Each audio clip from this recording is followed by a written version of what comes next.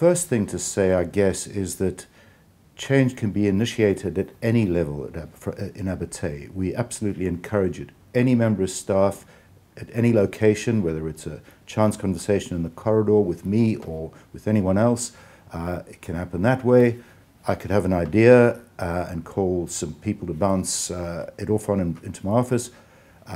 It can happen from the Vice-Chancellor, for example, and quite often the Vice-Chancellor will call me in and we'll have a conversation or just one of our regular chats, and he will say, and this is a rhetorical question I've learned, and it's, do you think we're changing enough, and are we changing fast enough at Abertay?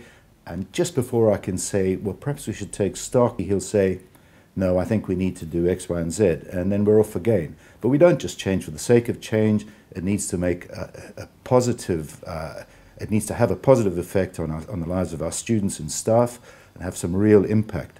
And then we examine it. And our approach to that is effectively we consider three things. The first, and really, really importantly for us, is involvement. Involvement of all people affected by the potential change, and as early as possible. And there are several reasons for doing this. A traditional management approach to this might be, well, it ensures buy-in, and that's correct, and it perhaps lessens the chance of opposition later on. But more importantly, actually, it gives us a much better product. The people who are going to deliver this and the people who are going to receive this need to tell us what will work and what won't work. And sometimes we agree with them and sometimes we don't, but it really is heavy involvement very early on from all. And that can be informal involvement in the building of the idea through to the more formal things such as committees and so on. So involvement, really important for us. Secondly, pace. We believe in doing things quickly. We're a nimble university, not just because of our size, but because of our approach to these things as well. The reason for doing things at pace is because if we actually believe in something, if we believe that it is going to have a positive impact on our students and on our staff, then why hang around? If we can do it quickly, we do it, with all the quality assurance mechanisms along the way as well. And the last thing is scale, the scale of change. As I mentioned, we've made some massive changes to academic provision. The reason for this has been that it actually almost forces us to consider the necessary interconnections between systems and processes. Sometimes when you tinker with one thing that you think is a good idea, and you think small scale, you do it, and there is some unintended consequence on another system or process, whether it's an electronic process or a human process. What we've done is we've looked at the entire picture and had people involved from early on to help us to see what's going to be a better product, and also to avoid mistakes and pitfalls in the future as well. Then, on a sort of a slightly more micro level, we also have what we call, or what I call rather, the 3 Ps. If we feel that we need a policy for something, and somebody will come to me and say, we need a policy, let's say assessment policy. I'll say, well, what's wrong with the current one? Firstly, the first P is, what is the purpose? Tell me what the purpose is, and ideally you ought to be able to do that in fewer than 10 words. If you can tell me why something is necessary and important in fewer than 10 words, then we're likely to need it. If you can't do that, then it's probably just needless bureaucracy. So purpose is, articulating that purpose is really important for us.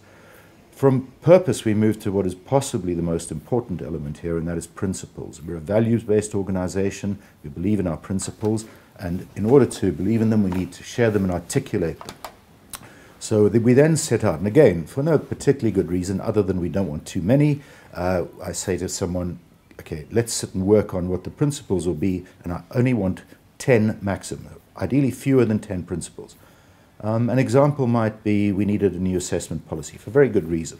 The first principle assessment that we sat down and scribbled on a piece of paper is that assessment should be fair to both students and staff in terms of workload. Okay, just as an example, and then we have 8 or 9 more. We then move to the third P from principles, and that is the actual practice. And then we see how are we actually going to put these principles into effect. And quite importantly, if a particular practice contradicts a principle, then we reevaluate. We go back to the principle and we say, well, actually, is the principle still valid? And normally it will be, because principles are not inviolable, but they're important to us.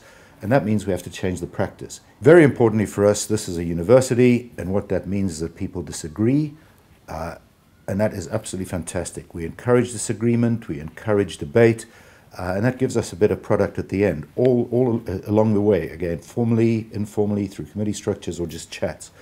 At Abertay, we believe very, very strongly in a spirit of inquiry, in inculcating that in our students. Very, very importantly for me, what I call the curiosity imperative. If we can imbue our students with a curiosity imperative, then we are halfway along to succeeding. That means we have to teach that way, of course. And the way we teach is that all knowledge is provisional. When we embrace change in this way, we get stuff wrong. It's just inevitable. But through the involvement, scale, and pace mechanism, hopefully that negates some of the pitfalls. But when we do get it wrong, then the approach is we just hold up our hands and say, sorry, we got that one wrong. We have a look at what we can do to fix it. We try not to do that again, but essentially we change. We change again.